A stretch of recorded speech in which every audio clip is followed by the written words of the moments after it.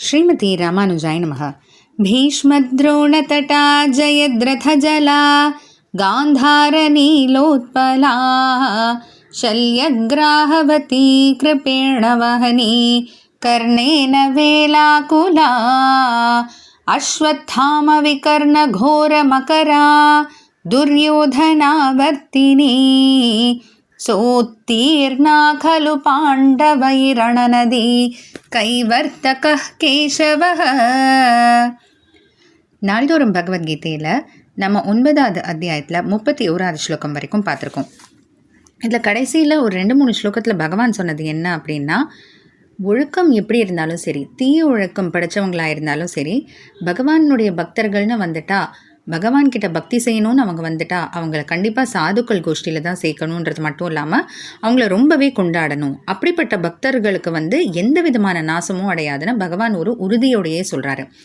இப்போது அடுத்து மேலும் 32வது ஸ்லோகத்தில் பகவான் இன்னும் நமக்கு ஒரு உறுதி அளிக்கிறாரு. அதாவது என்ன அப்படின்னா, நிஜமாகவே யார் வேணாலும் பகவானுடைய பக்தர்கள் ஆகலாமா, நிஜமாகவே யார் வேணாலும் முக்தி அடையலாமா அப்படின்றதுக்கு பதில் தான் இந்த 32வது ஸ்லோகம். மாம் ஹி பார்த்தவ்யபாஸ்ரித்ய ஏபி ஸ்யுஃப் பாபயோனயः ஸ்த்ரியோ வைஷ்யாஸ்ததா சூத்ராः தேபி யாந்தி பராம் கதிம். தே அப்பி அவர்களும் கூட பராம்கத்திம் யாந்தி உயர்ந்த கத்தியான மோக்ஷம், முக்தின்ற உயர்ந்த கத்தியை அடையிறாங்க அப்படின்ட்டு பகவான் சொல்கிறாரு. இந்த இடத்துல அவங்களும் கூட அப்படின்னு சொல்கிறவங்க யார் அப்படின்னு பார்த்தீங்கன்னா, ஸ்திரியக வைஷ்யாக சூத்ராக அப்படின்ட்டு பெண்கள், வைஷ்யர்கள், சூத்ரர்கள் கூட உயர்ந்ததான கத்தியான இந்த முக்தியை அடையலாம் அப்படின்ட்டு.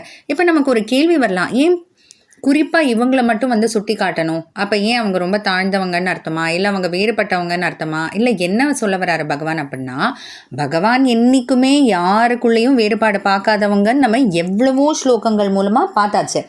ஏன் 4வது ஸ்லோகத்தில் பகவான் சொல்லவே சொல்லிட்டாரு, நான் 4 விதமாக தான் பிரித்தேன். அதுவும் அவங்களுடைய குணங்களுக்கும் அவங்க செய்யக்கூடிய கர்மங்களுக்கும் தகுந்தா போல் அதுக்கு மேலே உள்ள ஆயிரக்கணக்கான லட்சக்கணக்கான பிரிவினைகள்லாம் நான் செய்யலை, அதுக்கு காரணமும் நான் இல்லை அப்படின்ட்டு பகவான் எவ்வளவோ முன்னாடி சொல்லிட்டாரு.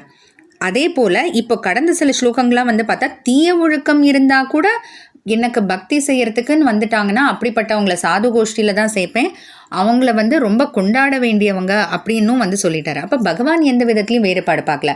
அப்புறையே இப்படி சொல்கிறாரு அப்படின்னா, நம்ம சமுதாயத்தில் பல்வேறு கேள்விகள் இருக்குது, பல்வேறு தப்பான புரிதல்கள்லாம் இருக்கு இல்லையா, அதையெல்லாம் போக்குறதுக்காக தான் பகவான் சொல்கிறாரு, யார் வேணாலும் என்கிட்ட பக்தி செஞ்சால் போதும் அப்படின்ட்டு. மாம்ஹி வியபாஸ்ரித்ய ஏ அப்பி, அதாவது யாராக இருந்தாலும் சரி, அப்படி யாராக இருந்தாலும் சரி, மாம்ஹி என்னையே, வியபாஸ்ரித்ய அப்படின்னா ரொம்ப சிறப்பாக பற்றி யார் இருக்காங்களோ அவங்களுக்கு கண்டிப்பாக முக்தின்ற அந்த உயர்ந்த கதி கிட்டும் அப்படின்ட்டு. இந்த இடத்துல வியபாஸ்ரித்ய அப்படின்னு பார்த்தீங்கன்னா, ஆஸ்ரித்ய அப்படின்னா பற்றுதல், அதாவது பக்தி யோகம்னு சொல்லலாம். வியபாஸ்ரித்யன்னா சிறப்பாக பற்றுதல், அதாவது சரணாகதி, பகவான் மட்டுமே தான் கதி அப்படின்னு சொல்லி பகவான்கிட்டயே சரணடைஞ்சு பகவான்கிட்ட பக்தி செய்கிறவங்க யாராக இருந்தாலும், அது பெண்களாக இருக்கட்டும் இல்லை யாராக இருந்தாலும், அவங்களுக்கும் உயர்ந்த கதியான முக்தி கண்டிப்பாக கிடைக்கும் அப்படின்றது தான் பகவான் இந்த ஸ்லோகம் மூலமாக சொல்ல வராரு. மறுபடியும் சொல்கிறேன், இந்த ஸ்லோகம் யாரையும் தாழ்த்துறதுக்காகவோ யாரையும் வேறுபாடு காட்டுறதுக்காகவோ கிடையாது. சொல்லப்போனால் பகவான் எந்த ஒரு அடிப்படையிலையும் வேறுபாடு பார்க்கறது இல்லை. யார் வேணாலும் பக்தி செய்யலாம், பக்தி செய்கிற யார் வேணாலும் முக்தி அடையலாம் அப்படின்றத குறிப்பாக நமக்கு எடுத்து காட்டுறதுக்காக தான் இந்த ஸ்லோகம். தொடர்ந்து பார்க்கலாம். ஜெய் ஸ்ரீ கிருஷ்ணா.